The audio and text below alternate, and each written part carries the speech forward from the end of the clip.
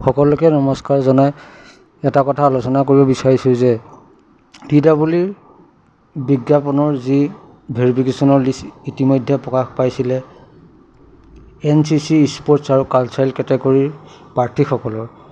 এই সন্দৰ্ভত আপোনালোকে এডভাৰটাইজমেণ্টখনৰ 11 নম্বৰ আৰু 12 নম্বৰ পইণ্টটো ভালদৰে পঢ়িলে বুজি পাব যে যদিহে কোনো প্ৰাৰ্থীয়ে ভুৱা তথ্য দাখিল কৰিছিল বা অনলাইন কৰোঁতে ভুৱা তথ্য দিছিলে, সেই তথ্যসমূহ অথৰিটিয়ে সম্পূৰ্ণ বা সুন্দৰভাৱে সেইখিনি চাব।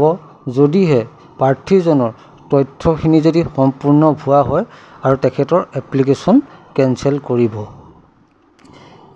এতিয়া যিসকল প্ৰাৰ্থী বা সঁচা অৰ্থত তেখেতলোকৰ স্পৰ্টছ কালচাৰ বা NCC চাৰ্টিফিকেট আছে, তেখেতলোকৰ এই ক্ষেত্ৰত চিন্তা কৰিবলগীয়া কোনো বিষয় নাই।